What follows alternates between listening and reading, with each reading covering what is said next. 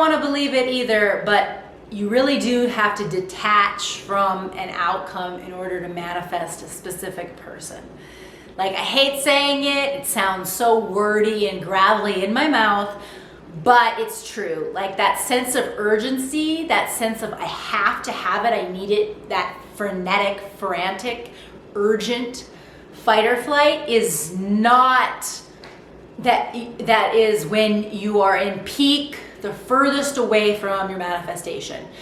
And maybe, of course, I'm sure there's exceptions where people are in that, but then it still worked out, and that's great, and I love that, and blah, blah, blah, blah, blah, like, great. And especially I'm glad to hear that for money, because, man, it's hard to, when you need money and you have to get away from a sense of urgency, like, that's pretty hard to deal with. But anyway, it's true, and I'm gonna share a manifesting SP story, and I'm gonna tell you off the bat that it's not satisfying, because it's not as though this is a person that I continued to love. Like, I detached, so by the time I got him, I didn't want him. So it's not very cute, it's not very rom-com, it's actually kind of like, oh wow, okay.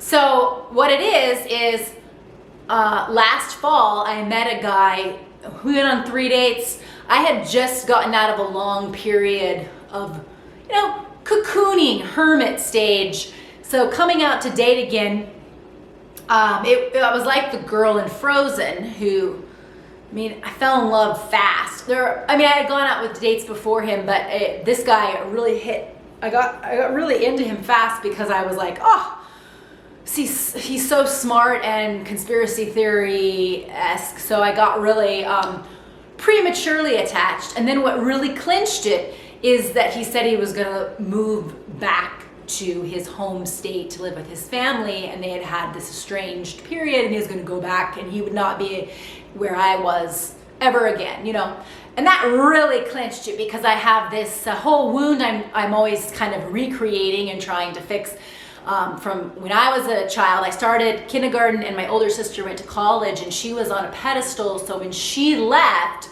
I had this, I was grasping, hoping, I didn't understand, and I was always wanting her to come move back and be in our family, but I didn't realize she was gone for good. And the age difference made her almost like a cool mom figure.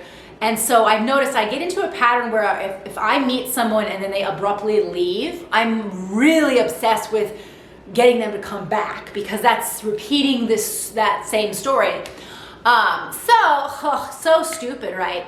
And even though I recognize that pattern, it doesn't keep me any less emotionally invested. Like, I am aware that I'm in that, I need, but it doesn't change the emotions of me wanting them. So this is naturally this kind of situation. The circumstances where he was moving back, and so I put it on myself to manifest him coming back here, which is a lofty ambition, but see, that's why it makes for a good manifesting SP story. They say circumstances don't matter. They love to say that, persist in the belief, and I did. I went hard on. I affirmed from the time he left, all and throughout the spring. I affirmed that he'd be back. And then I affirmed things like I would be, because we played pickleball, I would be playing pickleball on my new Hinge dates, and I would always think, oh, this nothing compares to how we played pickleball, just completely, honestly, just completely Delulu to the max. And I would have feelings about, if only he were here to play pickleball. And then when he finally did come back, I had finally dated somebody in person, in real life, that in a way that far exceeded the 3 dates that I had with him, and that far exceeded any emotional intimacy. I didn't have any emotional intimacy. This was just a projection. This was a person that was here and then disappeared. So obviously it's pretty easy for somebody to pass and exceed and surpass the dynamic with him. So I I had stopped writing down on paper like he's moving back and had any thought about him or pickleball. Like both of those things were just kind of, I had new things I was focused on. I was focused on in-person pitching my book, and I was focused on the new date that I had actually gotten to know and had actual emotional intimacy with. So by the time I did see him, I was at a speed dating event, in a spiritual speed dating event. He was there. And it was crazy because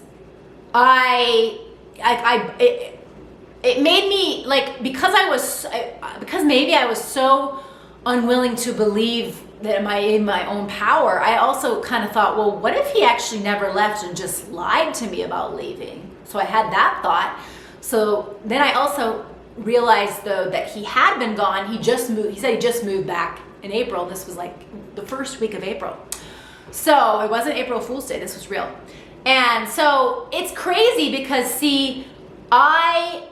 and then he was talking about how he was teaching pickleball at the place I had been playing, but I had just stopped my membership at, because again, I had detached, I stopped playing pickleball.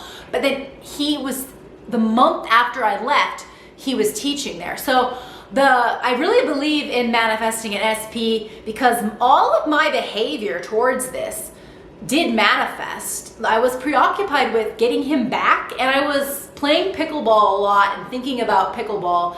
And then lo and behold, he ended up teaching at the place I was playing and moving back.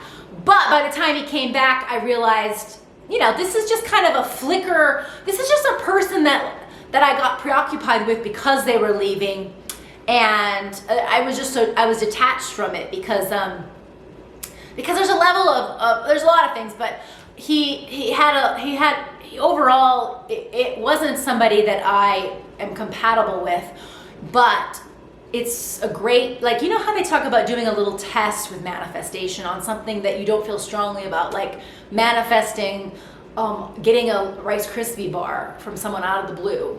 So you just think about Rice Krispie bars, and then eventually someone's going to hand you one, or eventually you're going to be in a circumstance where someone's going to have a pan sheet of Rice Krispie bars, and they're going to give you one, or they're going to give you the whole pan. So that was kind of how this was. It was almost like a great test because the circumstances were also they're almost absurd to think that they could manifest, especially based on things he said, because he said, I'll never be back here.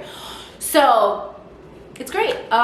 It's a great story. It's not a love story, but it's a story nonetheless of manifesting a specific person. And what did I do? I listened to Subliminals by this YouTube channel, Medusa. I listened to the Can't Let Go Subliminal, which is a 10-minute one. I mean, it's really great. It's a catchy song. And so it has the catchy song, and then underlying the song is affirmations about somebody basically having feelings for you and not being able to let you go, and that kind of emotional equivalent. And so what I would be doing while I'd listen to subliminal music, and I would write out affirmations. And the ones I had with him were basically about him seeing me beyond sex. So they were like, he wants to get to know me, he's intrigued by me, he wants to understand me. So they were like focused on me being seen as a dimensional human, and then they were focused on him moving back. So I'm not sure if he had to have seen me as a dimensional human a little bit, but I definitely can't quantify that in manifestation because that's something that we did not progress the relationship, so I don't know. But I do know that he moved back, and that was great because even though I no longer wanted him, I did that. And maybe that's, cocky to say, but this is for the manifestation people that, they want to hear about how if you persist in an assumption, it happens. Because my focus on manifestation is all law of assumption. I'm not as much into law of attraction. I really, though, like the law of assumption people, which is that your assumptions become reality. And I do believe that. I do believe that, your good and bad assumptions are going to play out. So why not try to reprogram yourself to believe the best assumptions you can to manifest the best reality for yourself? So yeah, that's my story, and maybe it was helpful.